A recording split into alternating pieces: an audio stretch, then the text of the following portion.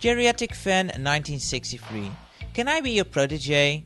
Sure thing, man. I can send you some application forms right now, and after the tuition fee of just 3,500 euros has been deposited for the first year, we can start and set you up with some basic CDI crap for some test runs. Since you are a racing fan, I figured the best way to start is by going through some video speedway, and we can go from there.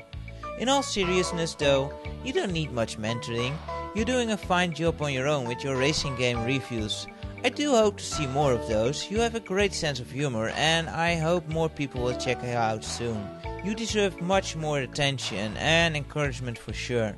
So people, check out Ed's videos on his channel, Geriatric Fan1963. What are your favorite 2D and 3D racing games? Ah man, there are just so many great racing games out there that it makes it very hard to choose. For starters, Outrun, always great fun. Also, I enjoyed Mario Kart on the SNES a lot, especially in multiplayer, and any Mario Kart for that matter actually. For 3D races, I've been a big fan of the older Need for Speed games. Too bad they turned kinda crappy past Hot Pursuit 2 though. I also enjoy simulation drivers sometimes, and for those, Gran Turismo is my absolute favorite series. I also really enjoy the Burnout games, with the second and third one being the best of the series in my opinion. I crash a lot in racing games anyway. Making an actual part of the gameplay is just genius. Do you play Trackmania? I did for a bit, and it was quite enjoyable, and I loved the community aspect of it where everyone was competing to make the most crazy maps out there. It really took me back to my school years where we used to do the same on the game's stunts. It's even more fun when you can actually see someone fail horribly on your self-made maps, just amazing fun. Anyway, I only played it for a while and then moved on. I never really stick too long to any one particular game, to be honest. Evil Clown 1986. Who are your favorite video game developers? The developers who earn most respect from me right now are the independent developers. They really push new ideas forward and do a much better job at it than mainstream developers in general in my opinion. Because, come on, the big boys haven't put out too much original stuff in the last couple of years really. Now, that's not to say that they make crap, it's just that they are playing it safe, and I like seeing new ideas being tried out too now and then. As for mainstream developers that I enjoyed many games of, I'll have to go with Capcom, Nintendo and Square mostly. Although the later two haven't been too hot lately in my opinion also. I think I'll name Naughty Dog here too, since I really enjoy most of their games too. What do you think of Dance Dance Revolution, or Dancing Stage as it's called in Europe? I never tried it and it doesn't appeal to me at all. I play games to relax and not work a sweat, and that game doesn't look too relaxing to me. It's a fun concept I guess, but I just make a fool out of myself playing that and get tired in the process, so no thank you. VolatileBadger. When you think of Denmark, what is the first thing that comes to your mind? Legoland! That's kinda sad, I know. But I really don't know too much about Denmark, to be honest. But I do know it has the first Legoland there, and that I've never been there. Sounds pretty awesome to me. Hans Christian Andersen was also Danish, right? Then I remember him too.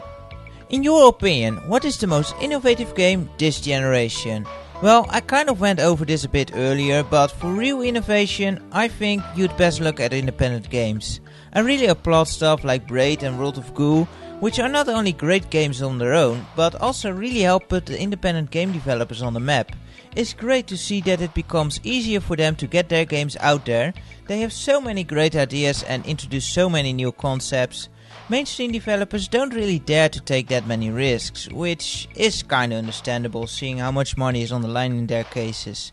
If I were to name a game from mainstream developers, I'd go with Portal, I think.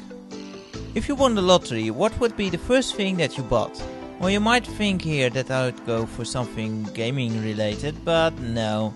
I'd first pay off the mortgage on the house and then go for a nice long vacation, probably to Australia. What would you change in the next Zelda game? I would get rid of any ideas of transport apart from a horse. That boat and train get old really fast and totally destroy the exploration and secret hunting aspects on the overworld, which I liked. I really hope they don't put crap like that in the new Wii title. Also, something I think would be neat are the introduction of skills that improve with use, like proficiency with the different weapons and items to make them more useful the more you use them. Voice acting might be nice for once too, or get rid of those silly sounds, they are rather old fashioned by now. HenryFilms. What is your New Year's resolution? Well, for me, if something's not worth changing right away, then I don't see the point of waiting for the new year to do it. So I don't care much for New Year's resolutions that don't get fulfilled anyway. If you notice something that needs changing, do it. If you find excuses to delay it, then it must not be that much of a problem in my opinion. Now what will come up for me this year? Well, I'll be picking up most of my study and I'm focusing more on my career in general this year. So I can set myself up for making some actual coin in the next year, or who knows, maybe already at the end of this one. As far as gaming goes, I don't really have any goals at the moment, and I doubt I'll have too much to spend on them unfortunately. So I'll just see what comes up, I won't have too much time for them anyway.